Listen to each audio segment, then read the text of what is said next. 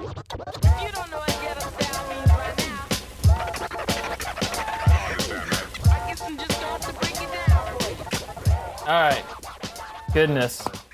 We on. If I get one more phone call during this recording, I'm going to lose it. What are you going to do? What are you going I to lose? don't know. Anyway, episode 34 of Three Brothers Talking starts now. It's definitely going to start now, and it's not going to get interrupted at all in any I kind of way. want to call you on your phone. If you call me during this, I'll be You're just angry. so popular, Dave. Man.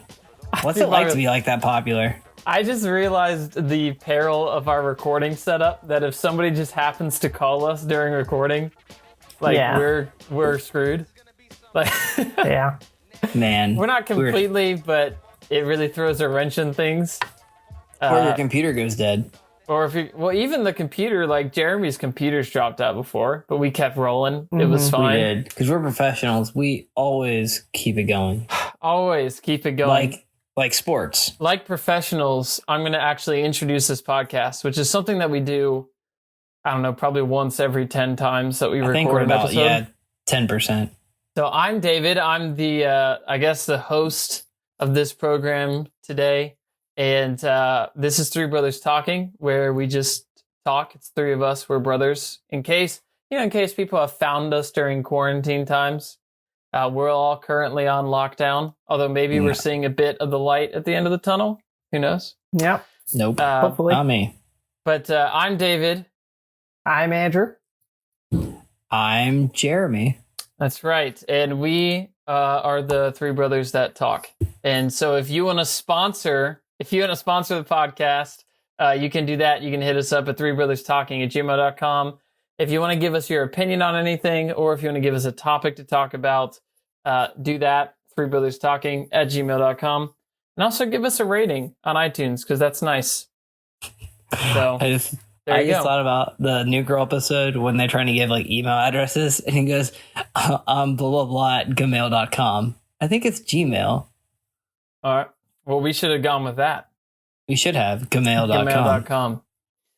We are going to talk about the NFL draft, because the NFL draft just happened last It's the week. only sport.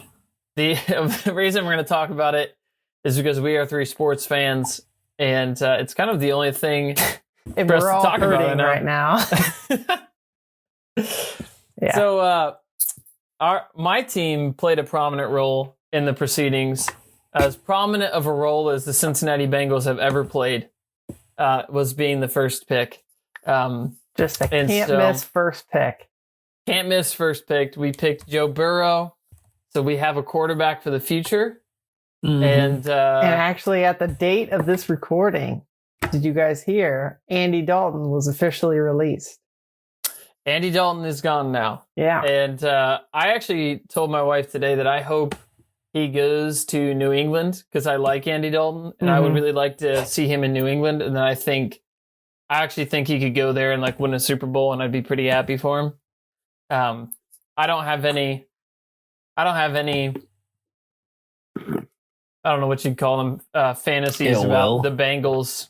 No, fantasies about the Bengals being good this year, even though we got these draft picks. So, but my Bengals picked the Joe Burrow, who was like the consensus of all consensuses, first number one overall pick. I don't remember a point where it was just like, like what would have happened if they didn't pick him? Like, It would have gotten crucified, man. yeah, like Well, I don't know he if was he would just have picked over him, honestly. ever since the national championship, he was just defined as like, okay, heir apparent to the Cincinnati franchise. Yeah. You have to take him. There's no movement. Like obviously other teams wanted to potentially try to make a deal, but yet like, it was just like put the nail in the coffin. He's going to be their guy. That's a bad analogy. Yeah, but my okay. bad. Yeah. Well, But I mean, put the nail in the coffin's pretty for appropriate winning for a Super Cincinnati. Bowl, you might be putting that nail in the coffin too. So That's normally like a expression for bad things happening. yeah. Well, Although- he is going to Cincinnati. So. Yeah, he is going to Cincinnati, so I guess it's a pretty appropriate Yeah. term. It makes me nervous. It makes me nervous when any sort of consensus like that happens, because I was thinking back, and maybe the last time I remember a consensus like this is Andrew Luck. Mm-hmm. Maybe. It still just makes me nervous. No. Who was the last one? Well, who was last year's first pick? I'll look it up. I don't even remember. Bosa was like number 2, and he was like a solid first round. Everyone thought was like 1 or 2. Yeah. Like I thought everyone's basically your first pick's always a consensus. I think anymore. Wikipedia will get back to us. Kyler Murray. Yeah. He wasn't a consensus. Kyler He was Murray, not I a guess. consensus. Yeah. No, I guess not. Wrong. Which at that, I was like, people did definitely expect that Bosa could have gone 1. Well, Baker Mayfield too, I guess, was the And year before that. Yeah, the year before that was Baker, and he was not a consensus guy. Well, no one thought that was coming. I think they had other consensus picks as number 1, and then they just said nope. So it makes me nervous. Like with quarterbacks coming out of college, I just assume that they're not gonna do well. I just don't have hope. Trubisky. They could be Mitch Trubisky. You know, you could trade up from third pick they to got the a second receiver pick. though too, right? Yeah, we also picked up T. Higgins from Clemson, which I like that pick. Yeah, That's a smart pick. They picked because AJ Green's hurt like every day, and then our other wide receivers are just not very great, and so that stuff's pretty good. I don't like. I really don't care for a lot of the drafting that we've done in the past, but this year I thought it was funny that they picked 3 linebackers in one draft, and I'm glad for that because it seems like they realized that for like 6 years we've had no linebackers of any importance at all, and so they're like, hey, even if it takes us 3 tries, we're gonna get it solved this draft. I mean, you had Vontez Burfict, Dave. Yeah, we don't talk about him because we don't like him. I mean, I would say he's significant. He is significant in a certain way. Yeah. Yeah. What'd you guys think of the setup? Like I told you, I mean, we talked through this as well, but like I didn't mind it. Like No.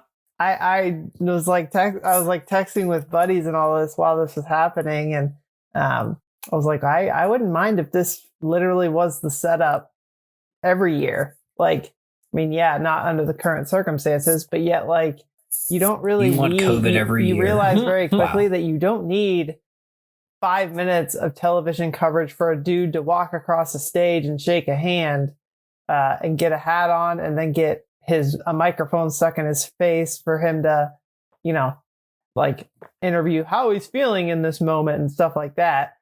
When I thought everything just seemed to move pretty quickly and like it did the job. I don't know about move quickly. I think they did what they had to do. I don't like the drafting 4 days, so it doesn't really matter. Yeah. I mean, but I think that it moved fast. It did feel like it moved a little bit quicker. I think I thought that there's less time to talk. I thought it was cool to see more, like it felt more of a family affair than the draft normally is. Mm-hmm.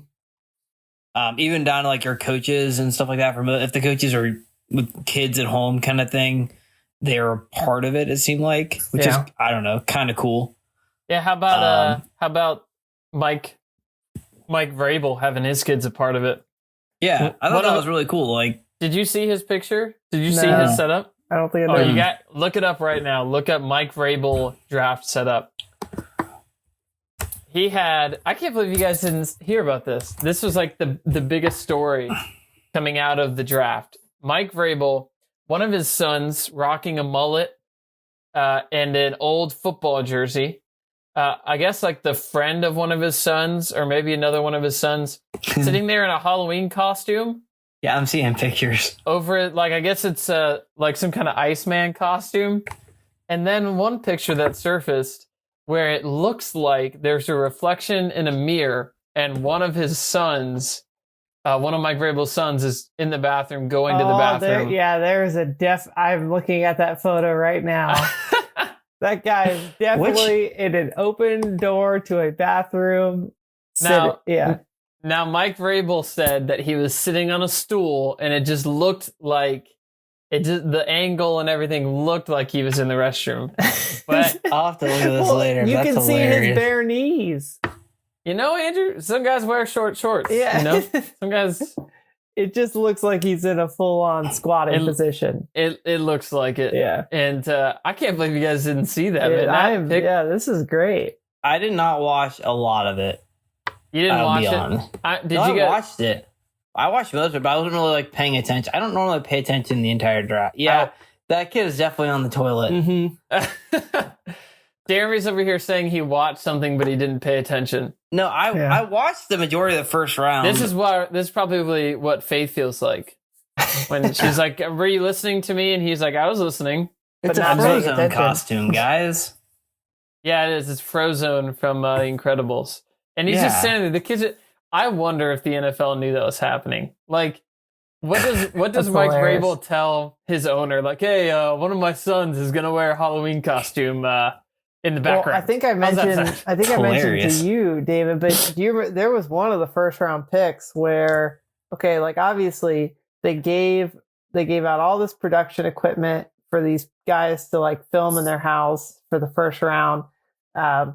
They I guarantee they gave them strict instructions about like, hey, you can't be having a party on the screen in the midst of all this. But there was one where like, okay, everybody cuts to them. It's usually just them and their immediate family, and that's fine. Mm-hmm. There was one where like they're celebrating, they're all saying their hoo-haws and all that. And then you see like 4 different bodies peek out of the hallway that's off camera. And you see phones poking out of the side of like trying to record ESPN being on the TV in their living room. And then like the dad is like peeking over at him like, get back, like, no, like get off screen. And we're like, you can't. It was hilarious. Like obviously some of these guys are still having parties. Like you just can't get around that. Like they're socially distanced parties. Yeah. Yeah, sure. I mean, it's just a recommendation. What do you guys think? So I thought the setup was fine. I didn't mind it. But what do you guys think of Jalen Hurts going? So I didn't realize he went so late. Yeah, he went super late. He ended up going to the Eagles, which I think is weird. Yeah, which I think is well, that was my thought. It was interesting for him to go to the Eagles. What round did he end up they're going? still Wentz, but Wentz gets hurt every year. Yeah, if you draft somebody to play behind Carson Wentz, then you're pretty much drafting him to play. It's just like drafting Aaron Rodgers' successor. Yeah. Well, who else did they have on the roster there? No one. In Philadelphia? Who cares? They got rid of Foles. So yeah, it's probably a nobody. Yeah. I don't know. When did they draft Hurts? Was it like it was second round? Okay. Yeah. It was like midway through. Honestly, that was a little higher than I thought it would be. I think he's a solid quarterback. Actually, I think he'll be good in the NFL. We'll see. I think the best quarterback. I hope that the best quarterback out of this draft is Joe Burrow because he's going to be playing for my team. I think that the best quarterback out of this draft class will probably be Tua. I think will be the best. I think so. I think he'll actually get time to rest. I think Tua is going to be good. I think if he doesn't have a lot of injuries, then he's going to be very good. So okay. But I understand my team not drafting him because of the injuries that he's had. Like I think that makes sense to me. Yeah. The Eagles also have the powerhouse of Nate Sudfeld on the roster. Yes. I loved the comparisons, by the way, which I know I texted you guys about, but I wanted to actually talk about it. When they draft Burrow and then they have like a comparison, it's 3 players. Yeah. They had Tom Brady, Jared Goff, and Ryan Tannehill. And only Brady one of obviously is a great person to be compared to. The other 2 were busts the majority of their career, and even now. Yeah. Except for Tannehill had one good year. Tannehill just got paid. He got one good year. Before he was a nothing. Hey, he got him a new contract. And Jared Goff was awful. Had one good year when Super Bowl, got paid, and then had another awful year. It's really only one of those are like a compliment. Yeah. And then the other, it's like, here's a number 1 overall pick. He could be. He's compared to the greatest ever. Jared Goff is still one of the most highest paid quarterbacks in the league, just because he worked hard enough to get a big deal. Yeah, it's true. I was excited J.K. going to Baltimore. I think that'll be pretty exciting for him, honestly. J.K. Dobbins, running back from Ohio State, going to Baltimore. I think I think that's going to be a killer for him. I think that Clyde Edwards-Helaire going to the Kansas City Chiefs is going to like just light the world on fire because he's going to be on the Chiefs. But I think, going down the Buckeye route, I think that KJ Hill is probably going to be like a sneaky good pick. Mm-hmm. He got picked in like the 7th round. Yeah, he fell big time. But he's, I believe he's in San Diego, or not San Diego. Yeah, Los Angeles Chargers, because San Diego's gone, which is dumb. Like, can we just talk for a second about how stupid it is that Los Angeles has 2 teams and they obviously don't want the Chargers to be there? But yep. Anyway, KJ Hill, I think, will be maybe the, other than Chase Young, maybe other than Jeff Okudah, the best Buckeye in the draft. And he's not very fast, so he didn't get drafted high. But I think that I think he's a good player. Even this past year, you saw the experience with Terry McLaurin that wasn't a high measurable guy, and yet he tore it up. I think it'll be cool to watch the second year progression with him and Dwayne Haskins in Washington. Yeah. And then obviously they added Chase Young on that defensive side too. So yeah. I'm kind of bummed that the Bears did not pick up an offensive lineman until the 7th round. They picked up 2.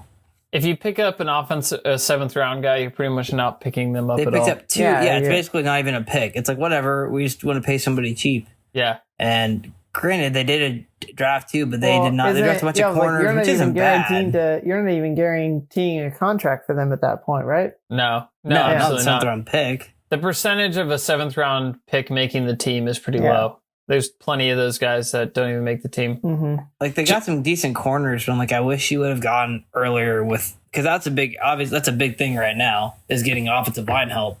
I mean, they need receivers and you need playmakers, but you need someone to keep your quarterback on his feet. What was the team that got that LSU receiver?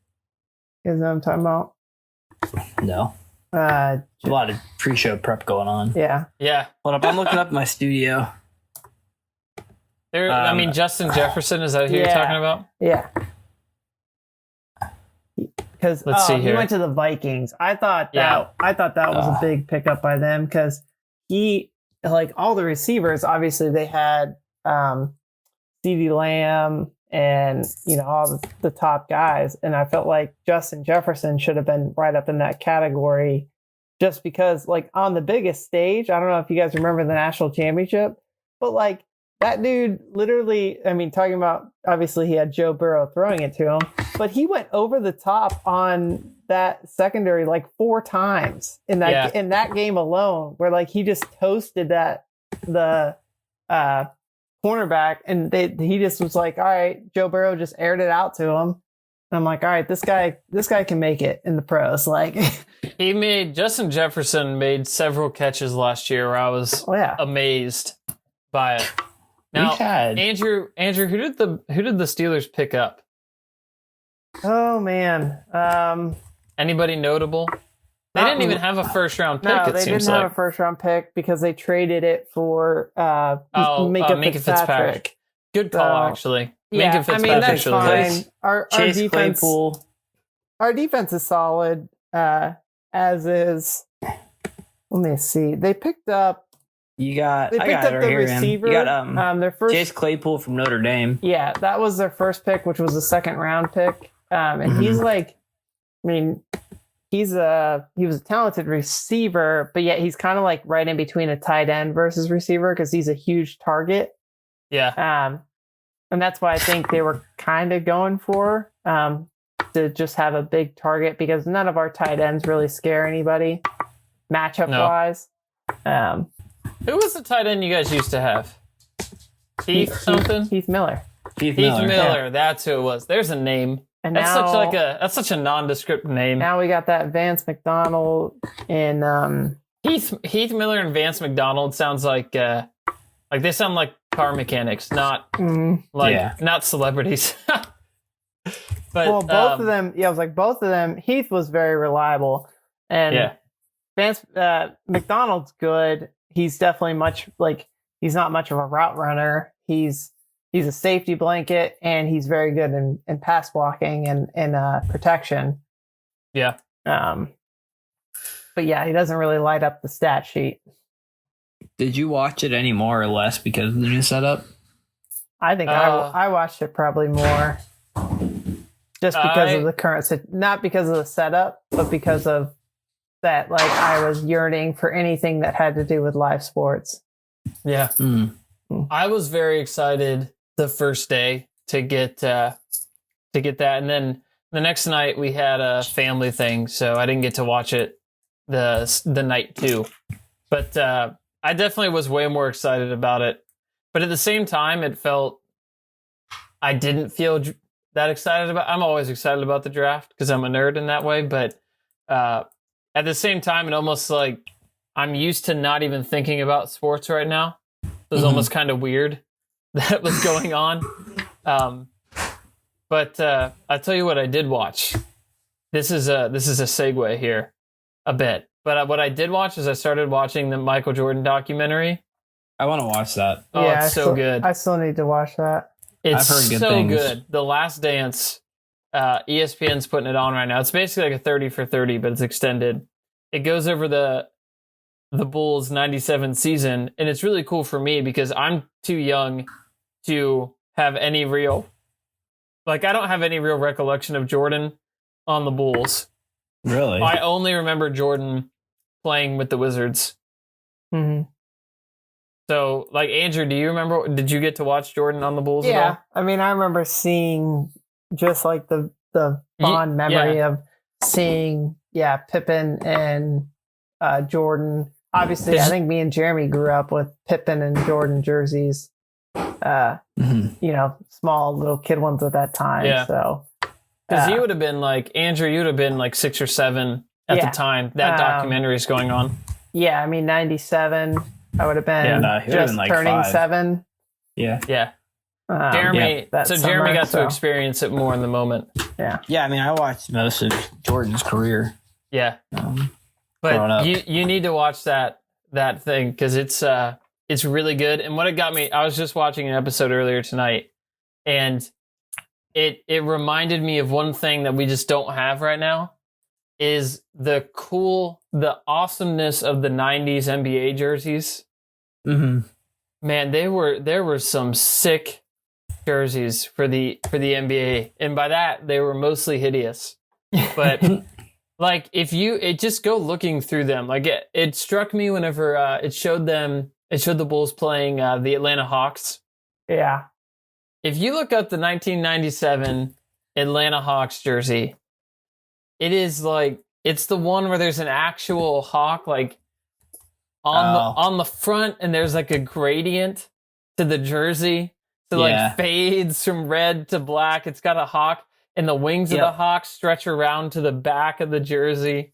The Hawks hold the basketball. I remember a pillowcase when we were growing up, a pillowcase that had all these old 90s jerseys and logos on it. Yeah, it was from mine. the NBA. Yeah. It got the stickers in my room. It got passed down in our house, but man, their jerseys, the Philadelphia 76ers jerseys of that era. Old Timberwolves. The Timberwolves jerseys were so bad. The Grizzlies, at that time Vancouver Grizzlies, were so bad. But at the same time, if you look at them now, you're like, man, I miss that. That was so cool. Yeah. I was watching the other day. I was remembering Michael kept saying the Pistons jerseys were bad too, by the way. I gotta look those up. We were talking, Michael kept saying basketball or kickball, which means basketball. And that was when the Pistons wore teal. That was Grizzlies were bad. Wore teal. The Pistons logo, they changed their logo and everything. The Raptors didn't change. I didn't mind the Raptors just because they were what they were. That was so 90s too. I forgot about how much I enjoyed the Seattle Supersonics back in the day. Those were cool. This is a team. Yep. Phoenix had their purple jerseys. Charlotte's with their blues. Even the Nets had a whole different color scheme at that point. Look at the Denver Nuggets uniform, by the way. Well, see, now you guys, or even listeners, the Cavs need to had a whole different color scheme at that point. Yeah, Yeah. The Cavs had a fantastic look. I Mhm. like that. I love them. I like that Cavaliers look more than I like the Mhm. one that they have now. I But- do too. Jeremy, what team did you just say to look up? The Denver Nuggets The from Nuggets, that's right. 1985. Then I'm looking at ours. Play along at home if you're listening to this. Now, the thing that's great about these jerseys is like they were all unique. Every single team, like they were just desperate to be different from other teams. And nowadays, jerseys in sports, because there's like common sponsors, so like Nike takes the entire NBA or whatever, or Adidas takes the entire Major League Soccer. Whenever you get like the Columbus Crew this year whips out these new jerseys, and I remember texting Andrew and I was just like, "Oh, that's really cool. I like the yellow stripes up on the shoulder." And then Andrew just said, "Yeah, that's what every Adidas jersey looks like this year." Yeah. And I was like, "Oh, I'm bummed. Like they all look the same. Yep. There's nothing unique, and they feel so bland." And like in the 90s, it's like people just discovered like Photoshop or something, and they're like, "I am just gonna go crazy on this." I did not realize the Raptors' old uniforms over the logos, by the way, had like teeth on it, like where they had the names. Yeah. I didn't realize that. That's crazy awesome. That is one of my favorite parts of that jersey. Although I will say, one of the best looking jerseys I think of all time. Maybe you guys can jump in on this if something comes to mind. I do. But in the documentary, there's a shot where the Bulls are playing like the Pacers, and the Bulls were wearing the black jerseys with the red lettering. And those are just phenomenal. Mm-hmm. Those are awesome. The black, they've got like a faint, like white pinstripe that goes down them. Oh, those might be the best NBA jerseys I've ever seen. That was one of the little kid jerseys that I had. I had a Pippin one of those. Oh, really? Yeah, Mhm. I Dude, remember, and I would wear that all the time, and then it obviously got too small on me, but I would try to push it as long That as I happens could. as you grow up. What? I do love those old Cavs uniforms. I love those colors so much better than their new ones. Yep. Mhm. Oh man, you got the Charlotte. See, Don't think about tell that this. to Kaylee. She's Now they say that they have the Cavs say that they're wine and gold, which is such a weird Yeah. color combination to claim. What are you? We're wine and gold. Yeah. And if people are like, "What color is wine?" I'm not even sure what that I mean, is. it could be white or There's like lots of a different red. colors. Yeah. It could be gold. It could be a dark red. It could be But in the 90s, you've got the Charlotte Hornets wearing teal. You've got the Raptors wearing purple. You've got the Grizzlies wearing a different shade of teal, which the Vancouver Grizzlies jerseys of the 90s, like that is just it's like a different language. It's like they're speaking an entirely different language from the rest of the NBA. Of Can course, I make one note? Oh. Go ahead. Well, so going back, we were talking about the draft earlier. One of the things I did love is they mentioned Mark Brunell, which I was like, dang, that was a throwback. Because I'm looking through some like the best like jerseys that need to come back, and they brought up the old Jaguars uniforms, which are way better than their new ones. Now, when did Mark Brunell get a name drop in the draft? It was one of the running quarterbacks. They said like Steve Young and Mark Brunell, and they kept on doing like tips of both. Okay. Was it? It wasn't. I don't remember. Who's the quarterback that got drafted? I don't remember. It was the quarterback that got drafted. That It narrows wasn't it down. Tua. To Justin Herbert, that wouldn't be him. No. It's probably like one of the guys from It a was the smaller first school. round. Jordan Love? No, not Jordan Love. He went to the Packers. Either way. It might have been Justin Herbert, honestly. Well, here's what Like- we're saying. At the end of the day, the other great 90s jersey is the Orlando Magic in their royal blue. Yeah. That Shaquille O'Neal wore. But if you think about that, broke the a white, backboard. it was like that one is probably one of the ones that stayed true to form as much. Because like they still have that kind of same look. Yeah, they do. Yeah, they took out like the A with the star. That's about it. I used to love, one of my favorites was the Houston Rockets back in the day. I don't know why, but like, yeah. it was so, with the rocket on them. Yeah. It was that was the thing about the 90s is that it was at one point it was both like intricately designed and also like kind of clip art ish. Yeah. Yeah. And that's the Rockets jersey. It had so much going on too. It has a basketball with a rocket circling around it. Yeah. It had didn't it also have pinstripes going on? Yeah. Yeah, it did. It had everything. There's so much going on in that jersey. I used to like those. Yeah. Yeah. I remember Corey Maggette playing in that jersey. Yeah. Oh, phenomenal. Man.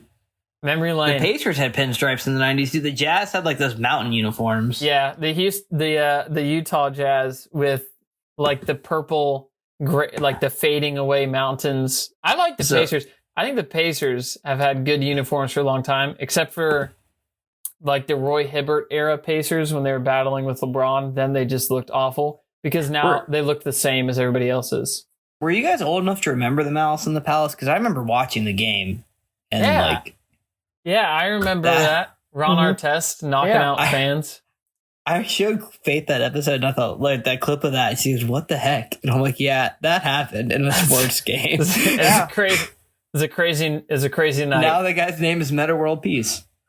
Like, I remember seeing that, and it's just like, you see it start, and you're like, okay, like, this has gotta, like, something's gotta stop this. And then you see it escalate a little more, and then you're like, okay, like, this has gotta stop. And then he goes into the stands, and then it's like, oh, dude, wow, like, this is really happening. Yeah. Knocks him out. Yeah. Meta World Peace, Ron Artest is currently a player development coach for the South Bay Lakers of the G League. How about that? Is the G League still playing now? Are they in quarantine? No, but the G League's potentially getting rid of college basketball. You guys How's heard that about gonna that? happen? No. Well, the G League has they picked up 2 players this year that were top, like the very top high school recruits. Yeah. Once playing the G League, because in the G League they can make up to $500,000 in a year. Yeah. And obviously they don't have to worry about school or anything like that. They can just get right into playing. I ain't trying to play school. Exactly. That'll be really interesting to see if the G League actually takes off. Have you guys heard anything about, I mean, kind of all these sports now are beginning the discussions of, like their game plan for potentially, like, what do you think of, baseball's talking about going down to Arizona, NASCAR. I don't see that actually happening. NASCAR supposedly got a race here in May. Yeah. And then isn't golf getting going here in May? I think at the end of May. Yeah. I know that the Tiger Woods, Phil Mickelson thing with Peyton Manning and Tom Brady, that's scheduled for May. But I think end of May, they said their first tournament. I mean, obviously all these things are talking without fans. But like, there is plans for all this to start getting going again, which I can't wait. Yeah, I am excited. I mean, especially if I can watch some golf, watch some baseball, it definitely will be an improvement for my working from home environment. Well, and I think there's definitely a way to do it safely. Yeah. And I think you just use the stats and the places that they're going, like with baseball, the places they're going to talk about playing. It's not a dangerous place to go. They're not playing in Brooklyn. Yeah. They're playing where there's, very little impact. So yeah. And same thing, like golf and NASCAR could be like the easiest because like the golfers have to walk for the 18 holes anyway. So it's like you literally just make sure they're a little bit spread apart. Yep. And like, you don't have to have fans there. They're literally like you could facilitate that whole thing being played where they're not within 50 yards of each other. Like, yeah. Although it'll be tough for a pit crew to function staying 6 feet apart. Yeah. But I think that they'll relax that. But like a little if bit. they, if you don't have fans there and you got a guy driving a car and then every one of the pit crew has masks on or something. They pretty much already do. They're all wearing helmets and stuff. Like if they all wear something, then they're all already geared up. Yeah. And it's also it's really good for the economy because you want you want not only the players, right? The players in all these sports have lots of money, but also all the people that work for those teams, even down to like janitorial staff and all that. Like you want them to be able to go back to work too. Yeah. And you want them to be able to put food on their table and everything. Well, and you think on the macro level too, like these are gonna advertisers that are looking to come out the other side of this, like they still want to advertise with large events, and if sports are on the calendar and if people are going to get eyeballs, then that is still a boost to the economy from an advertising spend perspective. And all these big organizations need that type of revenue, and then also like that they need that airtime as well from the cable broadcasters and stuff too that have contracts on the hook. Yeah. Well, I think that we covered all the important topics in this episode, namely the NFL draft, namely 1990s NBA. Do you guys have a favorite? You can think about it now, then Jeremy can say what he's going to say, and then we'll finish up.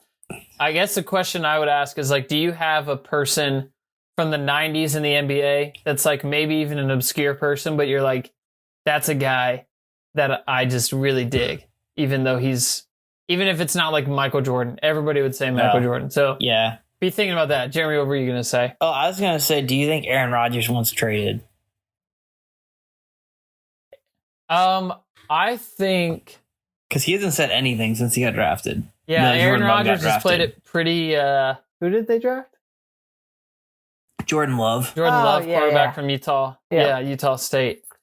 I don't think they traded up to get him. I don't think he wants to get traded. His contract is huge too. Yeah, I don't think it's this year. I think it's putting in for the future, but I don't know. I thought it was an odd move to trade up for a replacement in the first round. I mean, Aaron Rodgers makes like what, $28 million a year, something like that. He's one of the highest paid. Yeah. But David, to answer your question, go ahead. Take it away. I just want to see your gut reaction for that. But Gary Payton and for the Seattle Supersonics, I mean, I would say Allen Iverson just because, he was like... AI was one of mine. Yeah. But I think it was early 2000s, though. But anyway. Yeah. And then Muggsy Bogues for the Charlotte you stole Hornets. Andrew is going Muggsy. I was going Muggsy for Charlotte. Also, I mean, I was huge with... I loved Scottie Pippen, even probably as far as obviously Jordan is, everybody loves Jordan, but yet I always leaned toward Pippen just because he was kind of the sidekick. Yeah. So yeah, him. And I also loved Penny Hardaway. Oh yeah. Penny Hardaway. He was going to be one of my picks. For sure. Penny Hardaway is one of mine. And then I would also say that Sean Kemp was somebody that I just thought was really cool. Yeah. The way that he played. Sean Kemp, another Seattle Supersonic. Yeah, I forgot he played with Peyton and them and Detlef Schrempf whenever they played the Bulls. And I respected Kevin Garnett. Like, he was in there on the tail end. Yeah. Kevin Garnett is one of the better players. Of course, David Robinson. David Robinson. Although I don't know exactly when did his career start. I don't know. Well, Kevin Garnett was like one of the big ones to come out of high school. Yeah. Too. Now he was definitely he started. Yeah, Robinson was 1989. Yeah. Yeah. I mean, he still played through the 90s. Yeah. I mean, David Robinson played until the 2000s, right? Because I remember him winning titles with Tim Duncan. Yeah, he did it right, man. Yeah, Kevin Garnett entered in 1995. There you go. Yeah. Yep. He was amazing. Yeah. He was stuck in Minnesota for a long time. Yeah. Well, recommendation for this episode of the podcast would be The Last Dance, that ESPN documentary. It's the next best thing to Tiger King. I don't know about you guys, but I've been checking whenever they've been on, but like ESPN, Fox Sports, all of them have been airing some of like the historic great games. Yeah. Like I know currently they're on like they're replaying World Series and stuff like that. Which Hulu keeps saying it's new, like new sports. I'm Yeah. like, it's not new. It's not new. Thanks, Hulu. We're getting my hopes up. But you can rewatch some great games. For me, a lot of the bands have been doing a lot of people have been doing hangouts and stuff like that. So if you follow them on like YouTube, it's been kind of cool because I get to see hear some of their music played again, especially some of the nostalgic stuff like MXPX or something, or like Goldfinger dropping a remix of Superman. Micah loves MXPX, by the way. He'll get into it. It's great. You know what's funny is that my wife does not love MXPX or Goldfinger. Surprisingly, that might she's be a missing shock. out. Rachel, ska and punk is lost on She's Rachel. missing out. Yeah. So there you go. Some recommendations, and thanks for listening to us. Give us your thoughts about the 90s NBA, about the NFL draft, about all this nostalgia we just waded through. Yeah. And hopefully we get back to real sports soon enough. Yeah. So hopefully in the month of May. And our next episode, we are talking about humility. So don't go anywhere, because whenever you hear that episode, it'll be good to hear. I was going to say don't go anywhere. That was a flashback to me being in radio when you actually teased things. And you had commercial breaks and stuff. You had a commercial break, and then it would come right back and you get to fulfill it. So never mind. You'll definitely tune into something else between now and when you hear that episode. And when you listen to us again. Exactly. Either way, we will talk to you guys next time.